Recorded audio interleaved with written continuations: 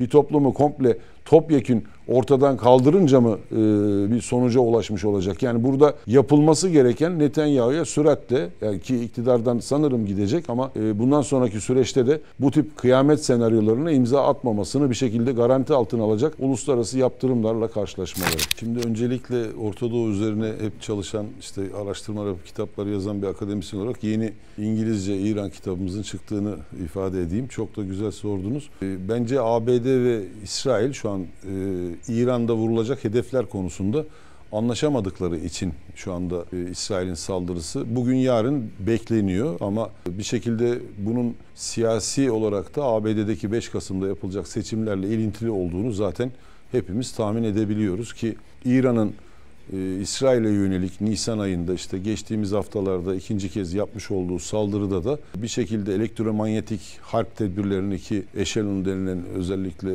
yazılıma sahip ABD'nin işte 7 Ekim'i bilememesi veya ön alamaması gibi enteresan durumlar da yaşanıyor. Neticesinde elektromanyetik harp tedbirleri olsaydı İran zaten o süpersonik füzelerden hiçbirini gönderemezdi. Dolayısıyla aynı elin aslında İsrail'e buraya kadar Netanyahu demek için İran'ın o füzeleri gönderdiğini düşünüyorum.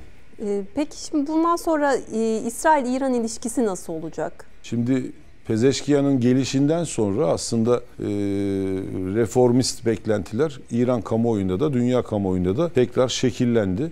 ABD'nin Pasifik'te olması gerektiği için bu bölgede İran öncelikli, evet, İsrail'in birincil hedefi nükleer bir silah sahip olmaması. Aynı zamanda işte iki taraf birbirini düşman olarak başından itibaren gösteriyor. Dolayısıyla ABD'nin yalnız burada Pasifik'te olma gerekliliği bir şekilde Netanyahu prangasının Orta Doğu'da ayağına dolanmasına yol açıyor. Dolayısıyla tabii burada bir komplo teorisi üretilebilir. Yani 7 Ekim Putin'in doğum günüydü, şu oldu, bu oldu ama Orta Doğu'da işte Sayın Fidan'ın da, işte Cumhurbaşkanımızın da soykırıma dikkat çeken açıklamalarıyla beraber uluslararası toplumu da bir gayret birliği içine, başta İslam ülkeleri olmak üzere çağırdığı bir günlerden geçiyoruz. Artık büyük bir kıyamette artık bir yılı tamamladık. Şu anda biz Batı Şeria'daki İsrail genişlemesini değil, tamamen Gazze'deki soykırımı değil, Lübnan'a yaptığı, Lübnan'la İsrail Savaşı'nı yeniden sanki 2006 gibi yaşar vaziyetteyiz. Tabi burada Netanyahu'nun özellikle geçtiğimiz günlerde Nitalin Nehri'ne doğru kara harekatını başlatmış olması son derece dikkat çekici. Çünkü orada hendekleri gösteriyor ki ben şunu anımsatmak isterim. Vietnam'da da çok fazla hendek vardı. ABD arşivlerinden Vietcong çeteleriyle o kaybettiği savaştaki mücadelesini aslında İsrail'e anlatmalı ve kara harekatı tamamen İsrail'in beklemediği sonuçlarla 2006'daki gibi nihayetlenebilir. Artı Hizbullah, Hamas gibi bunlar savunma ağırlıklı ideolojik örgütler. Yani hendek kazmaları, işte İHA'ların, keza hava vasıtalarının, süpersonik füzelerin konuşulduğu bir savaş ortamında son derece normal ki o hendekleri göstermesine gerçekten ben Netanyahu'nun şaşırdım. Çünkü bu şekilde savaşmak durumunda ve ideolojik örgütler olduğu için işte Nasrallah'ın öldürülmesi veya merhum Haniye'nin katledilmesi hiçbir şeyi değiştirmez. Hemen akabinde yeni, bu Irak değil, yani Irak'ta beşli halka teorisi vardı.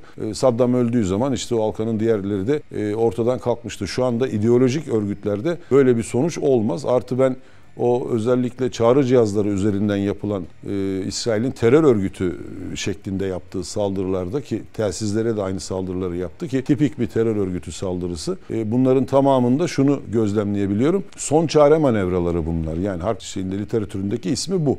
Şimdi tabii başka anlamlar yüklendiğini görmek de beni üzüyor. Çünkü çıkıştan önce gümüş merminizi bir şekilde çağrı cihazları üzerinden lider kadroya, komuta kademesine, evet, hasar vermiş midir? Çok büyük bir hasar vermiştir. Evet, altın mermi keza Nasrallah'ın öldürülmesinde gene bir altın mermi kullanılmıştır. Evet, ama bundan sonrası için kara harekatı mesela bir çılgınlık Netanyahu için ve hep kamuoyunda şöyle bir algı var. İsrail'in işte Mossad'ın bir prestij kazanarak bu algıyı oluşturduğunu düşünüyorum. İşte Hizbullah'ı tamamen etkisiz haline getirebilecek durumda. Kim gelirse onu, işte Netanyahu da zaten açıklamalarında böyle söylüyor. Hatta İran'ı demokratikleştirme gibi cümleler de kuruyor.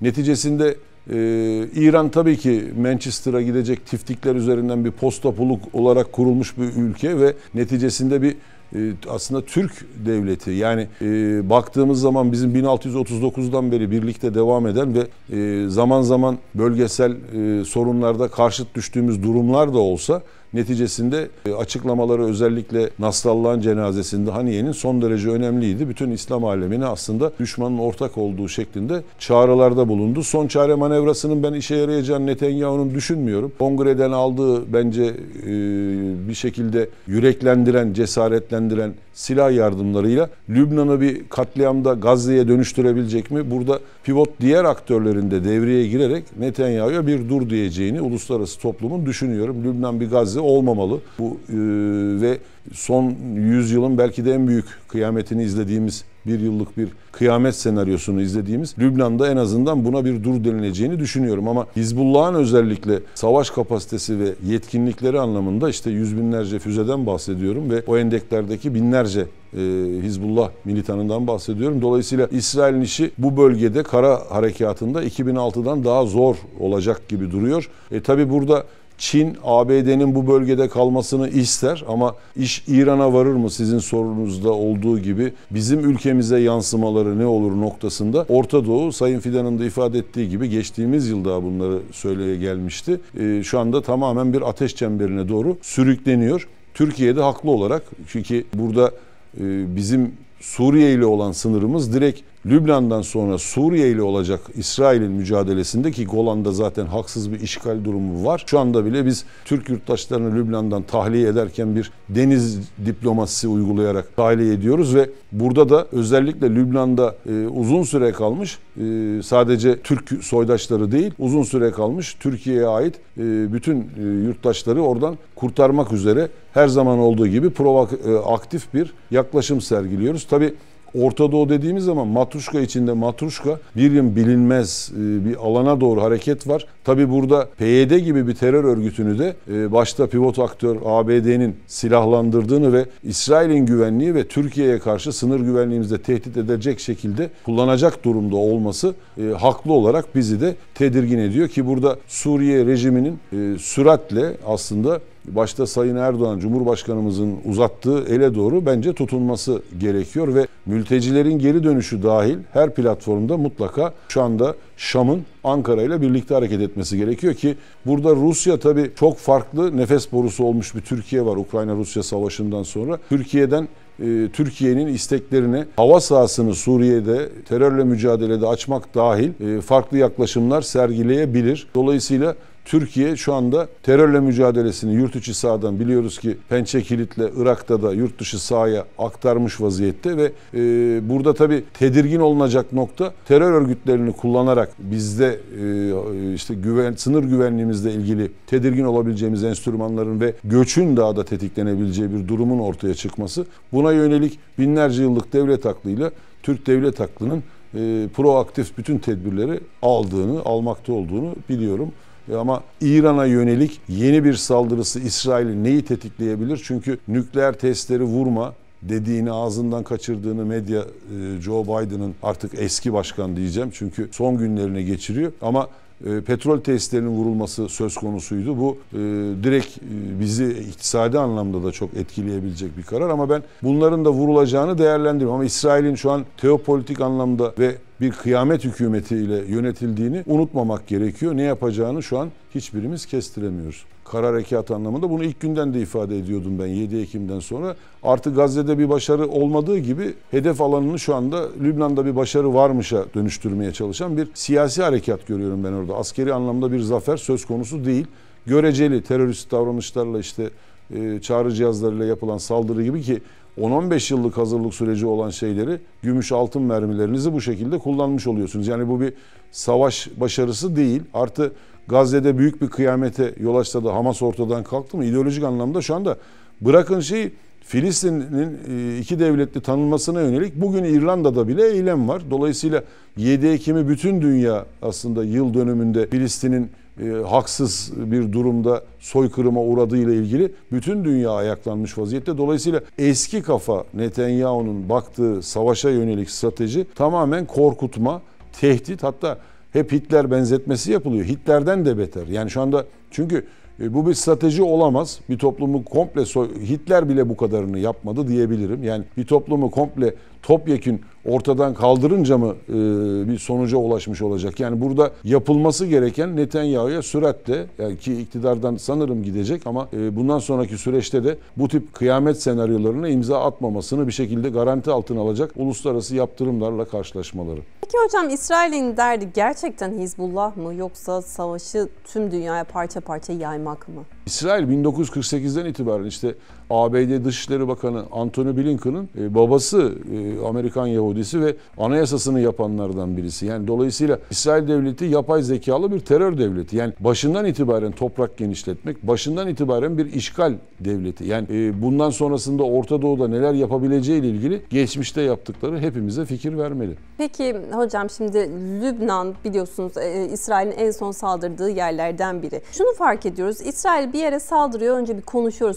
Sonra her şey durağanlaşıyor. Mesela şu an Lübnan'a saldırmaya devam ediyor ama çok fazla gündemde de görmüyoruz. Filistin komple gündemden düştü. Evet. Bununla ilgili ne söylersiniz? Şimdi tabii uluslararası medyanın ve ABD'deki siyasi yapının tamamen Yahudi lobisine bağımlı olması buradaki gerçeği algıda başka bir şekilde tüm dünyaya algılatmaya yarıyor. Yani burada ama bu mazlum halkın sesi olan, özellikle Birleşmiş Milletler'de Sayın Erdoğan'ın, Cumhurbaşkanımızın yaptığı konuşma son derece etkiliydi. Bakın bu şekilde ki Türkiye'siz olmaz diye ben hep Türkosfer diye açıklıyorum. Çünkü jeopolitik anlamda Türkiye'siz bundan sonra İsrail devleti acaba 100. yılına varabilecek mi? Bunları yapıyor ama bu algıyla oynuyor. Bunlar şekillendiriliyor ama bizi ilgilendiren bence İspanya'nın bu konudaki duruşu. Keza tabii ki diğer Avrupa Birliği'nden gene destek veren ülkeler var ama İspanya'yı ben çünkü 1800'lerin başı olarak jeopolitik kırılmada Viyana Kongresi olarak algıladığımız bir dönemde büyük bir kırılmanın içinde olduğumuzu düşünerek İspanya'nın kaybettiği Fransa'ya yönelik savaşa istinaden ve bundan sonrasında Güney Amerika'daki etkisine istinaden artı ABD'deki etkisine istinaden ifade ediyorum. Dolayısıyla şu anda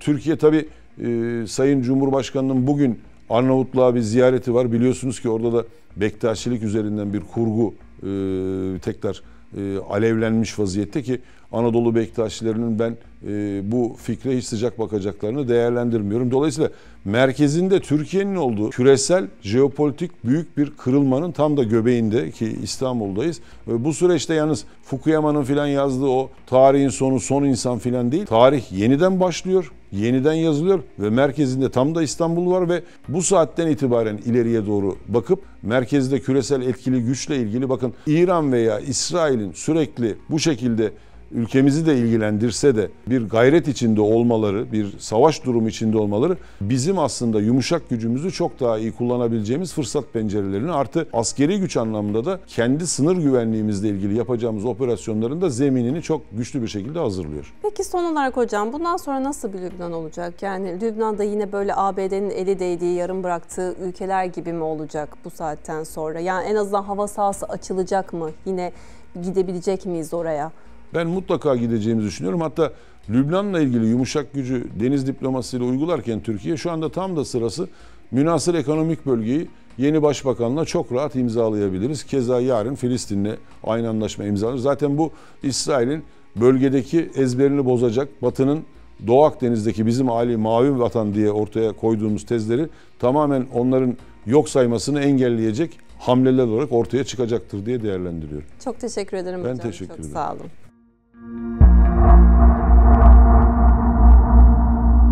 Bir toplumu komple topyekün ortadan kaldırınca mı bir sonuca ulaşmış olacak? Yani burada yapılması gereken Netanyahu'ya süratle, yani ki iktidardan sanırım